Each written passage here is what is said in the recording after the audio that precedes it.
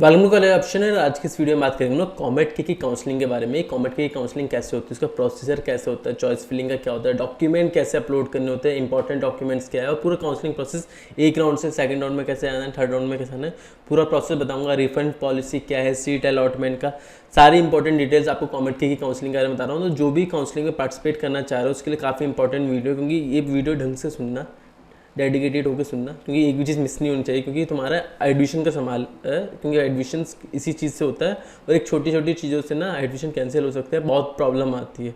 ठीक है, तो ये सब चीज़ें माइंड में रखना, सारी चीज़ें मैं डिटेल में आपको बताऊँगा।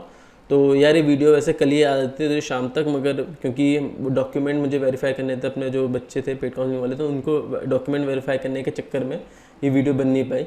तो ये वीडियो आज मैं बना रहा हूँ, आज सुबह सुबह अपलोड हो रही है। आराम से आपके 10 दिन का टाइम है, अपलोड कर सकते, अपना काउंसलिंग में पार्टिसिपेट कर सकते हो। और मैं रिकमेंड करूँगा जिसकी 50-55K तक रैंक आ रही है, 60K तक आ रही है इवन, वो काउंसलिंग में पार्टिसिपेट कर सकता है। काफ़ी अच्छे चांस होते हैं। और कभी कभी क्या होता है ना कि वो कट ऑफ कभी भी कहीं भी किसी कॉलेज के लेते हैं, तो नॉर्मल कॉलेज जो होता है डायरेक्ट एडमिशन ले रहे होते हैं, उनसे अच्छे कॉलेज है यहाँ पे, तो 60-65K वालों को भी ठीक ठाक स्पेशलाइजेशन वगैरह मिल जाती है। वरना और अच्छे कॉलेज चाहिए तो EC वगैरह ETC ये सब ले सकते हैं, उन सब में प्लेसमेंट ठीक होती है। अब चलो यार वीडियो को स्टार्ट करते हैं और जानते हैं कि कॉमेट की काउंसलिंग का प्रोसेस क्या है और कैसे आप नेक्स्ट राउंड में जा सकते हैं।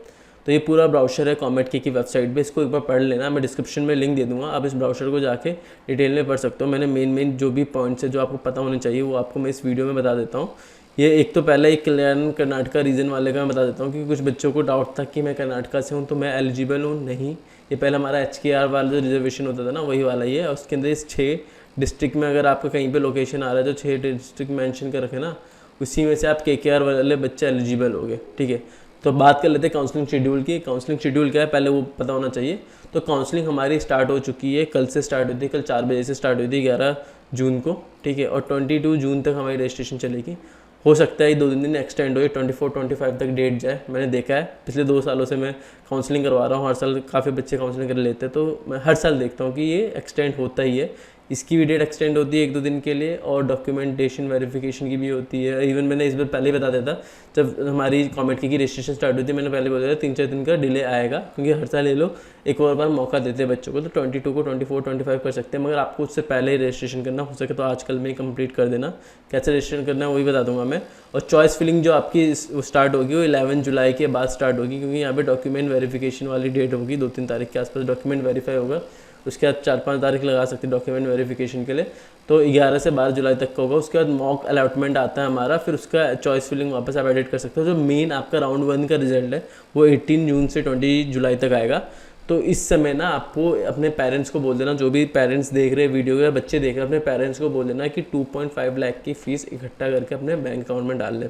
क्योंकि अगर सीट आपको अलोकेट हुई तो आपको पेमेंट करनी होगी, भले ही आपको सीट नहीं चाहिए, आप अपग्रेड करना चाहते हैं, नेक्स्ट राउंड में जाना है, फ्लोट कह सकते हो कुछ भी, कि नेक्स्ट राउंड में जाना आपको, उसके लिए भी आपको पैसे देने होंगे और 2.5 लाख की पेमेंट करनी होगी। और ये पेमेंट आपके अकाउंट से होने चाहिए, किसी और के अकाउंट से नहीं होने चाहिए, क्योंकि पैसे उसी अकाउंट में वापस आते हैं। ठीक है, तो आप चाहोगे कि मैं एक साइबर कैफ़े वाले को बोल दूँ ये सब चीज़ें नहीं, और अपने घर वालों को बोलो नेट बैंकिंग इनेबल करने के लिए, क्योंकि नेट बैंकिंग से ना आपके 2-3 हज़ार रुपये आराम से बच जाएगा, क्योंकि नेट बैंकिंग में एक्स्ट्रा पैसे नहीं लगते, वो 20-25 रुपये एक्स्ट्रा लेते और कोई पैसे नहीं लगता। बाकी जो डेबिट कार्ड से क्रेडिट कार्ड से करते हैं उसमें 1% का, 0.5% का, इन सब के चार्जेस लगते हैं, और फिर 18% अलग से GST वगैरह, 18% या 12% का GST कटता है। तो आपको अप्रॉक्सीमेटली अगर 2.5 लाख की पेमेंट कर रहे हो तो आप उस हिसाब से 1% भी निकाल के देखोगे तो 1.18 या 1.12 के हिसाब से 3,000 रुपये एक्स्ट्रा पेमेंट करनी पड़ेगी आपको। तो नेट बैंकिंग इनेबल करके रखो। उसमें ये होता है ना कि क्रेडिट कार्ड के अंदर और डेबिट कार्ड के अंदर एक तो लिमिट नहीं होती 2.5 लाख की पेमेंट एक साथ करने की, तो नेट बैंकिंग में आपकी लिमिट मिल जाती है आराम से इतना बड़ी ट्रांजैक्शन करने के लिए। तो नेट बैंकिंग इनेबल करने के लिए बोल देना बहुत ज़रूरी है। ये हर साल मैं देखता हूँ पेरेंट्स को प्रॉब्लम आते हैं, अपने मैं पेड काउंसलिंग वाले बच्चों को पहले बोल के रखता हूँ, इसलिए वो इनेबल करके रखते हो। तो ये गलती सेम मत कर देना आप लोग जो वीडियो देख रहे हैं। मैं देखो, मैं ना पेड काउंसलिंग वाले बच्चों जो गाइडेंस देता हूँ ना, सेम वीडियो में बताता हूँ आपको, तो आप लोग वीडियो देख के सब कुछ समझ सकते हो। जो चीज़ें मैं बता रहा हूँ यही चीज़ें होती है, और ये आपको आलस के कारण ना काफ़ी बच्चे नुकसान करते हैं कि आलस आ जाता है। मैंने काफ़ी बच्चों को मैंने खुद पर्सनली बात करता था कि हाँ बाद में करेंगे, नहीं होता वो। ठीक है, आलस के चक्कर में लोग फंसते हैं, तो इसको आजकल में इनेबल करवा दो। ठीक है, नेट बैंकिंग को बैठ के, और नेट बैंकिंग इंपॉर्टेंट है हमारा। इवन इसमें वेबसाइट पे भी लिखा हुआ है कि एक चीज़, जैसे मैं पेड काउंसलिंग में चॉइस फिलिंग मैं खुद से नहीं फिल करता, बच्चों को ही देता हूँ बना के चॉइस फिलिंग कि अब तुम फिल करो। तो ये चीज़ इन्होंने भी लिखा हुआ है कि थर्ड पार्टी की कोई एंटरटेनमेंट नहीं होनी चाहिए कॉमेट के रिगार्डिंग, कि तुम अपना किसी को रैंक कार्ड वगैरह डाउनलोड करके अपनी आईडी वगैरह दे दियो, वो तुम्हारी चॉइस फिलिंग करे, ये सब नहीं होगा, ये सब तुम्हें ही करना है, ठीक है। और जैसे मैंने आपको बताया कि किसी साइबर कैफे किसी कंसल्टेंट को तुम्हें अपनी पेमेंट वगैरह भी नहीं करवानी, आपको खुद से करवानी है, ठीक है। पेमेंट आपने अभी उसको दे दी, उसने पेमेंट कर दी, मैं रिफंड आएगा, वो बोलेगा कि नहीं आया मेरे पास रिफंड, कुछ भी बोल सकते हैं वो चीज़ें, इसलिए अपने अकाउंट में करवाना, क्योंकि होते हैं बच्चे फंस जाते हैं, इसलिए नेट बैंकिंग इनेबल करवाओ और अपने अकाउंट में 2.5 लाख जमा करवा लो। पेमेंट की एक्स्ट्रा डेट नहीं होती, पार्शियल पेमेंट वगैरह कोई सीन नहीं होता, आपको एक बार में 100% फीस पेमेंट करनी होगी, वरना फीस नहीं लेते ये लोग, ठीक है। तो 2.5 लाख 2.6 लाख हो सके तो डलवा लेना अकाउंट में, क्योंकि ये सब पैसे जाएंगे उसके अंदर जब तुम्हारा एडमिशन होगा। बाकी एलिजिबिलिटी एक बार देख लेना, एलिजिबिलिटी मैंने बता रखा है कि 12th के बच्चों के लिए कि 45% के आसपास मार्क्स चाहिए होता है आपका, और फिजिक्स के अंदर, मैथ्स के अंदर, बाकी केमिस्ट्री के अंदर, पीसीएम के अंदर आना चाहिए। अगर केमिस्ट्री में मार्क्स बेकार है तो आप इलेक्ट्रॉनिक्स, कंप्यूटर साइंस, बायोलॉजी किसी के भी मार्क्स लगा के 45% के एलिजिबिलिटी क्राइटेरिया मीट कर सकते हो, ठीक है। और जो कर्नाटका के SC ST OBC है, सिर्फ उन्हीं बच्चों को 40% की एलिजिबिलिटी मिलेगी, मगर इसमें सीट रिजर्वेशन होगा, सिर्फ एलिजिबिलिटी के लिए और कुछ नहीं है, ठीक है। बात कर लेते हैं काउंसलिंग प्रोसेस की। तो आपको काउंसलिंग के लिए ना, मैंने आपको कल भी एक वीडियो में बताया था, छोटा सा डिस्क्रिप्शन दिया था कि आपको 2000 की पेमेंट करनी होगी, इससे आप काउंसलिंग में रजिस्टर करोगे अपने आप को कि हमें काउंसलिंग में पार्टिसिपेट करना आता है। उनसे एग्जाम देने से पहले आप फॉर्म फिल कर देना, एप्लीकेशन फॉर्म। वैसे काउंसलिंग में पार्टिसिपेट करने से पहले 2000 की फीस होगी, और ये रिफंडेबल नहीं होता, ये फिक्स फीस होती है 2000 की। आपको पार्टिसिपेट कर रहे हो, उसके बाद आपको अपने डॉक्यूमेंट अपलोड करने हैं, आपके डॉक्यूमेंट वेरिफिकेशन हो गए, उसके डॉक्यूमेंट एक बार वेरीफाई हो गए, अगर उन्होंने बोल दिया कि डॉक्यूमेंट अप्रूव हो गए, तब उसके बाद आपको राउंड 1 में जाने का मौका मिलेगा। फिर राउंड 1 में पहुंचोगे, उसके बाद आपको चॉइस फिलिंग करनी होगी। चॉइस फिलिंग करोगे तो आपको एक मॉक अलॉटमेंट दिखाएगा कि आपको ये मिलने के चांसेस, का मतलब ये है कि ये फाइनल नहीं मिलेगा, बस ये मॉक अलॉटमेंट है। उसके बाद काफ़ी आगे तक कट ऑफ जाती है, तो उसके हिसाब से आपको चॉइसेस चेंज करना चाहते हो तो कर सकते हो। कि कुछ बच्चे होते हैं ना कि स्टार्टिंग में सिर्फ CS, जिससे मैं CS लूँगा, EC भी नहीं लूँगा, ना स्पेशलाइजेशन लूँगा, मगर लास्ट में जब देखते हैं मॉक अलॉटमेंट में कुछ नहीं आता, उनको मौका मिलता है तो वो IT और इन्फॉर्म स्पेशलाइजेशन वगैरह फिल करते हैं, कुछ बच्चे EC फिल कर देते हैं, इसलिए मॉक अलॉटमेंट होता है। तो ये मॉक अलॉटमेंट होगा, उसके राउंड 1 का रिजल्ट आएगा। राउंड 1 का जो रिजल्ट आएगा उसके हिसाब से आपको डिसाइड करना होगा कि आपको सीट लेनी है कि नहीं लेनी। 3-4 ऑप्शन होंगे, सारे बताऊंगा। एक होता है कि सीट लेनी है, फ्रीज कर दो। एक होता है कि नहीं लेनी मगर नेक्स्ट राउंड में जाना। एक होता है कि सीट ये भी ले लूँगा मगर नेक्स्ट राउंड में जाना, अगर अच्छा मेरा तो ये आपको डिसाइड करना होगा। एक बार आपने डिसाइड कर लिया कि क्या आपको करना है, उसके बाद आपको नेक्स्ट सेकंड राउंड के अंदर, थर्ड राउंड के अंदर जा सकते हो। तो ये काउंसलिंग का प्रोसेस था हमारा। फिर बात की जाए कि ये इन्होंने अच्छे से एक्सप्लेन कर रखा है, इसको PDF को पढ़ना, काफ़ी अच्छे से डिटेल एक्सप्लेन होता है। हर साल देते हैं ये लोग, हर साल सेम चीज़ है, हल्की फुल्की चेंजेस दिखी है मुझे, बाकी कुछ चेंजेस नहीं हुआ। तो ये राउंड 1 है। राउंड 1 में जैसे मैंने आपको बताया कि जो बच्चे एलिजिबल होंगे उनको डॉक्यूमेंट फिलिंग करना होगा, डॉक्यूमेंट अपलोड करने का, उनको चॉइस फिलिंग करने होंगे। और जैसे चॉइस फिल करते तो हिसाब से ना उनके प्रेफरेंस सेव आते हैं, और उसके बाद मॉक अलॉटमेंट का रिजल्ट आता है। फिर चॉइस फिलिंग करनी होगी उस हिसाब से, फिर राउंड 1 का आएगा। फिर आपके से 4 ऑप्शन आते हैं, एक्सेप्ट एंड फ्रीज, मतलब आपको सीट लेनी है और मैं फाइनल चाहता हूँ। जैसे आपने एक्सेप्ट एंड फ्रीज किया, आपको कॉलेज के अंदर पहुँच के उधर मतलब फिजिकल रिपोर्टिंग करनी होगी, वरना आप ऑनलाइन सब कुछ चलता रहेगा। एक्सेप्ट एंड अपग्रेड मतलब ये सीट मुझे जैसे मान के लो BMS के अंदर मुझे मिल गया, IT मिल गया, IS मिल गया, मगर मुझे ये सीट हाँ की रख ली है, अच्छा ऑप्शन है, मैं ये लूँगा ही, मगर इससे अच्छा ऑप्शन मिलेगा, CS मिल जाएगा BMS के अंदर, RVC के अंदर स्पेशलाइजेशन मिल जाए तो मैं वो लेने की सोचूंगा। तो उस केस में आप एक्सेप्ट एंड अपग्रेड कर दोगे। रिजेक्ट एंड अपग्रेड के मान के चलो किसी को नीति मीनाक्षी के अंदर EC मिल गया, अब वो बच्चा नहीं चाहता कि मैं नीति मीनाक्षी में EC लूँ, उसको कोई अच्छा ऑप्शन मिल रहा है JEE मेन काउंसलिंग के थ्रू या MSTCT काउंसलिंग के थ्रू, तो वो उसको देखना चाह रहा था, तो वो रिजेक्ट एंड अपग्रेड कर देगा। मगर कुछ भी करे, रिजेक्ट एंड अपग्रेड भी करे, एक बार सीट अलॉटमेंट आ गई बच्चे के बाद, उसका नाम दिखा दिया, तो नेक्स्ट राउंड में जाने के लिए ना उसको पूरी कॉलेज की फ़ीस पेमेंट करनी होगी। 2.6 लाख के आसपास फीस जो होगी आपकी, 2.44 ट्यूशन फी प्लस जो एक्स्ट्रा फीस होती है कॉलेज की 10-15 हज़ार रुपये, वो आपको पेमेंट करनी होगी, तब जाके आप नेक्स्ट राउंड में पहुँचोगे, वरना आप नेक्स्ट राउंड में नहीं पहुँचोगे। ठीक है, ये चीज़ मैं पहले क्लियर कर देता हूँ। फिर जैसे आपने वो किया तो इसमें एक्सेप्ट एंड फ्रीज वालों को जैसे बोला है इसके अंदर, तो यहाँ पे लिखा हुआ है, देखो सारी इन्फॉर्मेशन हर चीज़ लिखी हुई है कि एक्सेप्ट एंड फ्रीज और accept and upgrade in round 1 will an option to cancel their seat. वो आगे जाके कैंसिल कर सकते हैं सीट, अभी एक्सेप्ट किया उन्होंने, बाद में आगे जाके सेकंड राउंड में कैंसिल कर सकते हैं सेकंड राउंड के बाद। ठीक है, फीस रिफंड हो जाती है, कोई टेंशन वाली बात नहीं होती। फिर राउंड 1 फेज़ 1 होता है KKR सीट के लिए, जो हमारा HKR वाले बच्चे थे उनके लिए होता है, और 6 डिस्ट्रिक्ट जो मेंशन थे उन्हीं के लिए होता है। फिर फेज़ 2 के अंदर बाकी बच्चों को होता है जनरल मेरिट का, और इसी के अंदर जो बच्चे जिनकी सप्लीमेंट्री है ये इस साल, वो अपनी सप्लीमेंट्री का एग्ज़ाम हो जाएगा तब तक ये आराम से आपका अगस्त आ जाएगा, जुलाई अगस्त तक पहुंचा देंगे ये लोग। अगस्त तक जब तक आएगा तब तक रिजल्ट आ जाएगा सप्लीमेंट्री वालों को, तो उनको उससे पहले अपनी मार्कशीट अपलोड करनी होगी, तब जाके वो नेक्स्ट राउंड में जा सकते हैं। फेज़ 2 से पहले उन्होंने बोला है। अभी आपको अपने फिलहाल जो भी सप्लीमेंट्री जिनको आ रखे अपनी मार्कशीट अपलोड कर दोगे एप्लीकेशन के साथ, और नेक्स्ट राउंड के अंदर जैसे ही होगा इसके अंदर फेज़ 2 का डाल दोगे, ठीक है। उसके बाद जैसे ही आपका ये होगा तो सेम वही प्रोसेस चलेगा, आपको डिसाइड करना होगा, 4 ऑप्शन दिए जाएंगे, फिर आप नेक्स्ट राउंड में जाओगे। और इसमें ना आपको इसके बाद आपको एक ऑप्शन होता है रिजेक्ट एंड विड्रॉ का ऑप्शन है। मान के लो आपने एक्सेप्ट एंड अपग्रेड कर दिया, ठीक है, उसके बाद भी आपको एक मौका मिलता है, 4-5 दिन का विंडो होता है, 3-4 दिन का, कि आप उसमें अप्लाई करके कि सरेंडर कर सकते हो अपनी सीट, कि मुझे सीट नहीं चाहिए, ठीक है। उस केस में अगर आपने पेमेंट कर दिया तो आपको सरेंडर के बाद आपको जैसे काउंसलिंग का प्रोसेस कंप्लीट होगा आपको पैसे रिफंड कर दिए जाएंगे। सेम यहाँ पे भी होगा, राउंड 2 के बाद आप सरेंडर कर सकते हो सीट, आपके पेमेंट वापस हो जाएगी। मगर राउंड 3 के बाद कोई सीट सरेंडर नहीं होती, तो राउंड 3 में पहुँच गए आपको एक बार जो सीट मिल गई वही फाइनल होगी आपकी, और उसी के हिसाब से आपको चलना होगा, वही आपकी फ़ाइनल हो जाएगी। और आपने अगर आपको और कुछ नहीं मिला तो आपको सीट ही लेना पड़ेगा। और इसके अंदर ये है कि आपको कोई सरेंडर का ऑप्शन नहीं होता, तो आपकी फ़ीस वापस चले आती है। अगर आपने सीट छोड़ी तो आपकी पूरी फ़ीस चले आती है।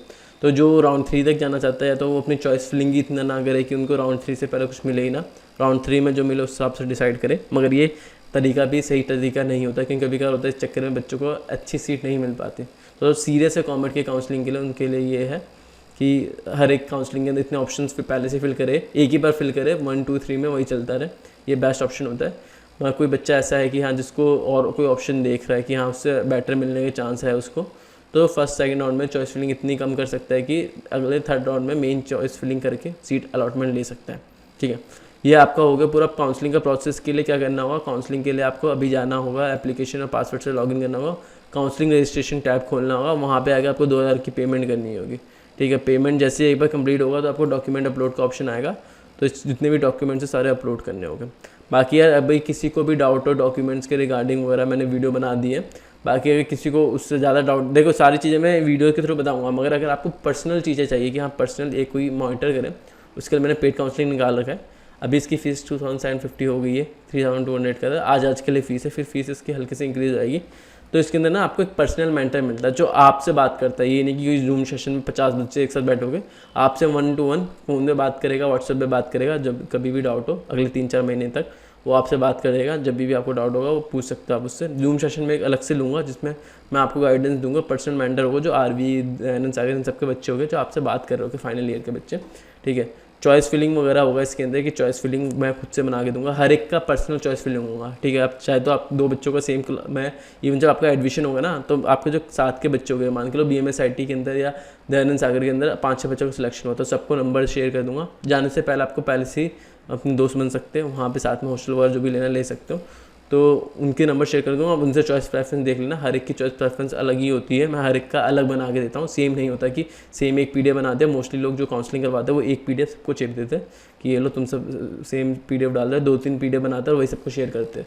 मेरा हर एक का अलग अलग होता है, इसलिए इसमें टाइम लगता है चॉइस फिलिंग के, इसलिए मैंने प्राइस हाई डाल रखा है। क्योंकि हमारे जो मेंटर है उनकी भी पेमेंट होती है, उनकी पेमेंट मैं 100, 200, 300 रुपये नहीं करता, काफ़ी ज़्यादा करता हूँ इस चक्कर में, इसलिए प्राइस हाई है। ऊपर से अगर मैं प्राइस कम करूँगा तो काफ़ी ज़्यादा बच्चे आएंगे, तो हमारे एक लिमिटेड बच्चे भी रखना है, इसलिए मैंने प्राइस 2750 का रखा है अभी, ठीक है। 3000 से कम ही रहती है हमारी प्राइस ऑलमोस्ट हमेशा, क्योंकि बच्चे एक लिमिट में आए ताकि हम लोग हैंडल कर सकें। और हमारे पास हर मेंटर को ऐसा भी नहीं कि 70-80 बच्चे दे दूँगा मैं, 5 मेंटर है, मैं ये भी चाहता हूँ कि हर एक के पास इतनी ज़्यादा मेंटर भी ना हो, मेंटी ना हो, तो आराम से एक मेंटर हर बच्चे से बात कर सकता है पर्सनली, कभी भी डाउट हो बच्चा पूछ सकता है। इसलिए हमने प्राइस इस हिसाब से डाली गई है कि ज़्यादा महंगी भी ना हो और ज़्यादा सस्ती भी ना हो कि बहुत ज़्यादा रजिस्ट्रेशन हो जाए, इसलिए सब चीज़ें डाली हुई है। पर्सनल मेंटर मिलता है, चॉइस फिलिंग मैं बना के दूंगा। डॉक्यूमेंट वेरिफिकेशन जो जिन्होंने पेड काउंसलिंग अभी तक लिए, जितने अपलोड के सबके मैं डॉक्यूमेंट कल रात को बैठ के कल तक सारे वेरीफाई कर चुका हूँ मैं। अब वो आराम से अपनी काउंसलिंग में पार्टिसिपेट कर सकते हैं। जूम सेशन है वो मैं लूँगा, एक्सप्लेन करूँगा, और क्लासमेट्स के नंबर जैसे बताया वो मिलेगा आपको।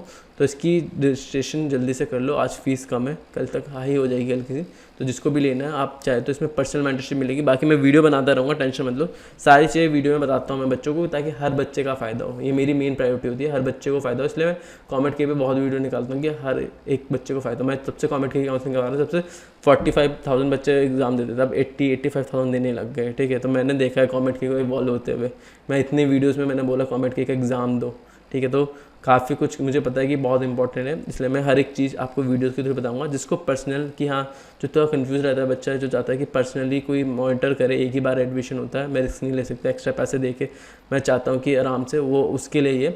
बाकी मार्केट्स में और भी अवेलेबल है ऑप्शंस, मगर वही है कि फैसिलिटीज़ जैसा आपको हिसाब से ही मिलेगा, प्राइस कम होगी, फैसिलिटी वैसी देगा। तो ऐसी ये सब चीज़ें। अब मेन वीडियो पे वापस आते हैं। जैसे मैंने आपको बताया कि डॉक्यूमेंट्स आपको सारे अपलोड करने होंगे, एक बार वीडियो जाके देख लेना डॉक्यूमेंट की। फिर भी मैं आपको बता देता हूँ कि ओरिजिनल आईडी कार्ड चाहिए, जो आपने एडमिशन के टाइम पे दिया था ना, जब एग्ज़ाम देने गए थे उस समय एप्लीकेशन फॉर्म में डिक्लेयर किया था, वो आईडी कार्ड आपको सेम वही देना है।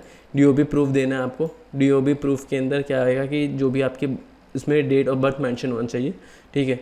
और आपको 12th का मार्कशीट देना चाहिए, जिसके अंदर हो सके तो डिजी लॉकर के थ्रू निकालो या QR कोड हो वो दो, क्योंकि मैं बच्चों के डॉक्यूमेंट वेरीफाई कर रहा था ना, मेरे खुद काउंसलिंग में मुझे कम से कम ऐसे 40-50% बच्चे दिखे जो स्क्रीनशॉट डाल रहे थे, डिजी लॉकर से भी स्क्रीनशॉट डाल रहे थे। उसका फ़ायदा नहीं है, ठीक है। बहुत बच्चे ऐसे मिलता है, हर साल मुझे 20-30%, 40% मिलता है। तो ये इस साल भी मुझे 30-40% ऐसे बच्चे मिले जो डिजी लॉकर से स्क्रीनशॉट डाल रहे हैं। वो मत करो, PDF डाउनलोड करो, उसका QR कोड डालो, ठीक है, ताकि क्लियर दिखे। हो सके तो 10th का भी वैसे ही करो।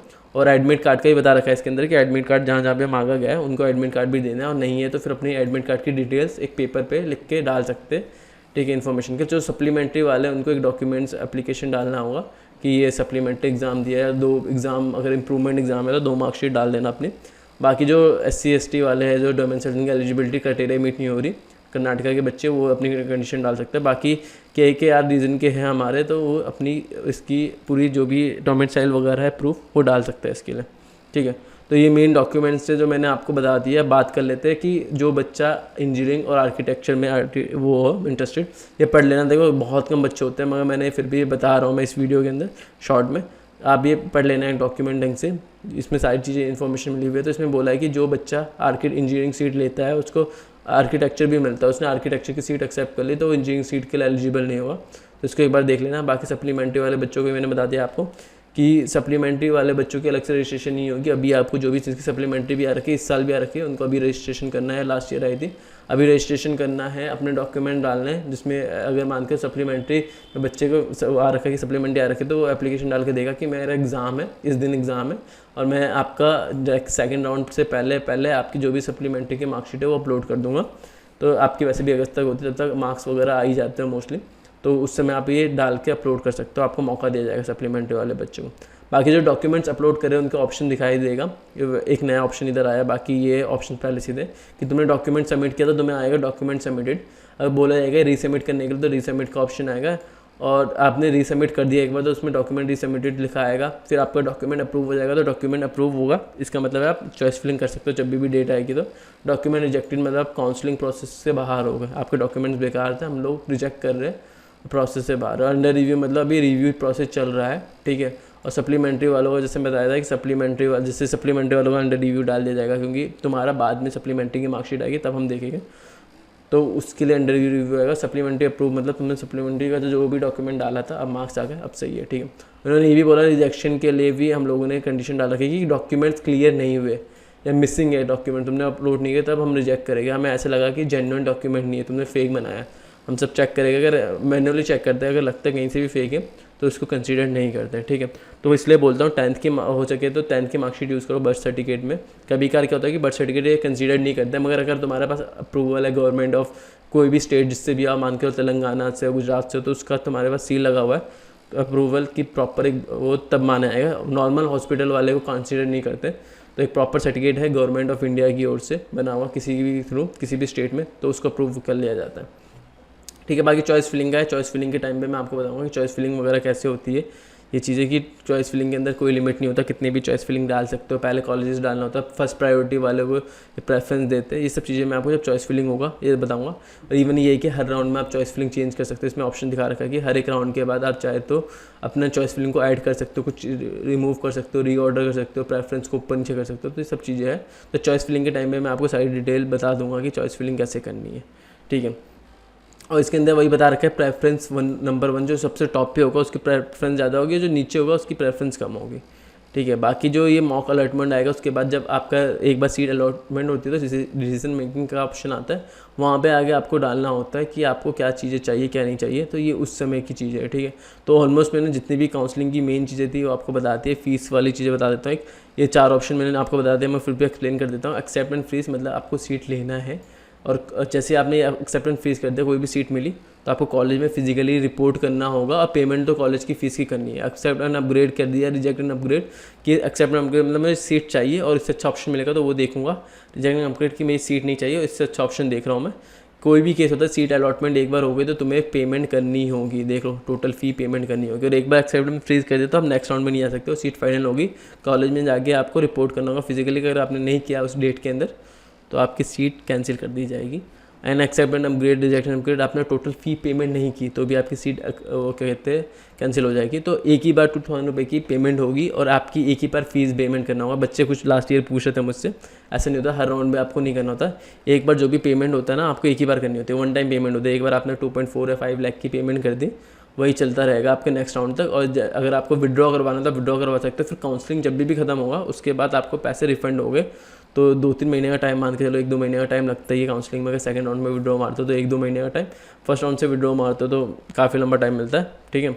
तो विड्रॉल में थोड़ा टाइम लगता है 1-2 महीने, जब काउंसलिंग प्रोसेस क्योंकि लंबी चलती है तो जैसे खत्म होगी उसके बाद। और कोई ऐसा स्टूडेंट जिसको कोई सीट एलोकेट ही नहीं हुई क्योंकि उसने चॉइस कम पर आता है, उसकी रैंक ज़्यादा रखी है, तो उसको नेक्स्ट राउंड में अपना आप भेज दिया जाएगा, उसको इतनी टेंशन वाली बात नहीं है, ठीक है। तो ये मेन चीज़ें मैंने आपको बताती है। बाकी इसके अंदर एक्सेप्ट एंड अपग्रेड का बता दिया मैंने कि कहाँ कहाँ पे आपको क्या क्या फैसले हो। आप सेकंड राउंड तक ही आप अपना रिजेक्ट एंड विड्रॉ मतलब जो भी होता है कि पेमेंट आपको विड्रॉल चाहिए फ़ीस की तभी तक करवा सकते हो, उसके बाद आप नहीं करवा सकते। और ये सारी चीज़ें एक बार पढ़ लेना। बाकी मेन चीज़ें मैंने बता दी है कि फिजिकल रिपोर्टिंग आपको करना होगा, जो एक्सेप्ट एंड फ्रीज करेगा उसी टाइम पे करना होगा। और जब फिजिकल रिपोर्टिंग करोगे तो आपको अलॉटमेंट लेटर जो आपको सीट दिखा रहा है आपको अलॉट हुआ है वो दिखाना होगा कि आपको सीट मिल गया है। आपको अपने डॉक्यूमेंट्स ओरिजिनल डॉक्यूमेंट्स लेके आने को, जो भी आपने डाले, ट्रांसफर सर्टिफिकेट होता है हर 12th क्लास के बाद आपको मिलता है वो होगा। और किसी में कट सर्टिफिकेट भी मांगता है, स्कूल वाले प्रोवाइड कर देते हैं, वो आप दे सकते हो। फिर आपको टोटल फ़ीस की पेमेंट कैसे करनी है तो ये भी बता रखा है। टोटल फ़ीस की पेमेंट जो होगी वो आपको कॉलेज में कोई आपको स्किल लैब फैसिलिटी के नाम पे 10,000, 15,000 या 20,000 रुपये मांगेगा। 20,000 से ज़्यादा फ़ीस नहीं होगी, वो होगा। और यूनिवर्सिटी फ़ीस आपकी 5-6 हज़ार रुपये की, 8,000 की वो ले सकते हैं। तो आपको जब कॉलेज के टाइम पे जब आप मान के लो आपको फर्स्ट राउंड में सीट एलोकेट हो गया, आपने पेमेंट कर दी, ठीक है। अब वो उसके बाद अगर अगले राउंड में कोई ऐसा कॉलेज एलोकेट हुआ जिसकी फ़ीस उससे हल्की सी ज़्यादा है तो आपको वो इतनी पेमेंट करनी होगी। मान के लो अभी आपकी फ़ीस 1.7 लाख वाले कॉलेज एलोकेट हुई जिसकी फ़ीस 1.7 लाख की, अगले राउंड में आपको 2.4 लाख वाला अलॉटमेंट हुआ तो 70,000 की पेमेंट करनी होगी। मान के लो कि आपको ऐसी सीट अलॉट हुई जिसकी 2.4 लाख की फ़ीस है, अगले राउंड में 1.7 की अलॉट हुई तो 70,000 जो बचा है ना वो आपको काउंसलिंग के बाद ही मिलेगा, उस समय नहीं मिलेगा, काउंसलिंग खत्म होने के बाद ही मिलेगा रिफंड। तो इसमें फ़ीस की भी डिटेल दे रखी है कि आपकी फ़ीस इतनी हो, क्या तो कॉलेज कितनी है। मोस्टली कॉलेज 2.44 लाख ही ले रहे हैं, बाकी 1.73 लाख या 1.74 लाख ले रहे हैं। फिर अदर फीस के अंदर 20,000 के आसपास का आपका अदर फीस होगा, ठीक है। और इसके अंदर मैक्सिमम फीस आपको 10-15 हज़ार 20,000 रुपये लेके, उससे ज़्यादा नहीं लेगा। और जैसे मैंने आपको बताया था पेमेंट के टाइम पे एक्स्ट्रा फीस लेते हैं ये लोग। कन्वीनियंस फीस होता है 0.4% से 1% होता है क्रेडिट कार्ड या डेबिट कार्ड वाले, मगर नेट बैंकिंग वाले सिर्फ 17 या 25 रुपये लेते हैं, तो इसलिए आपको काफ़ी सस्ता पड़ता है। ये ऑप्शन से आपको बाकी रिफ़ंड का भी बता रखा है कि आपको रिफ़ंड सेकंड सीट तक अगर आपने सीट विड्रॉ करवा लिया तो आपको टोटल फ़ी रिफ़ंड हो जाएगी। अगर उसके बाद करवा रहे हो तो आपको फ़ीस रिफ़ंड नहीं होगा। तो ये देख लेना, कैंसिलेशन वगैरह का भी दे रखा है। तो एक बार इस चीज़ें मैंने सारी चीज़ें बता रखी है वीडियो में, ठीक है। और एक बार डॉक्यूमेंट खुद से पढ़ लेना, मैं डिस्क्रिप्शन में लिंक दे दूँगा। बाकी वीडियो अच्छी लगी हो तो वीडियो को लाइक कर देना। और यहाँ पे मैंने पूरा डिटेल बता रखा है कि अगर आपको कोई डाउट हो तो आप इनको कॉल कर सकते हो, मेल ID वगैरह जो भी वो चीज़ें देख सकते हो। किसी को कोई डाउट हो तो कमेंट करके पूछ लेना, ठीक है। मैं आपको रिप्लाई कर दूँगा जैसे मेरा टाइम मिलेगा। कुछ कमेंट्स का रिप्लाई मैं कर देता हूँ, मैं काफ़ी कमेंट होते तो मैं कर नहीं पाता उस चक्कर में। और जिसको पेड काउंसलिंग में चाहिए वो आके रजिस्टर कर सकता है। आपको मेंटर एलोकेट हो जाएगा उसी समय, 4-5 घंटे में मेंटर एलोकेट हो जाएगा और आपको कांटेक्ट कर लिया जाएगा आपको 24 घंटे के अंदर। तो थैंक यू दोस्तों इस वीडियो को देखने के लिए। वीडियो को लाइक करके चैनल को सब्सक्राइब कर देना।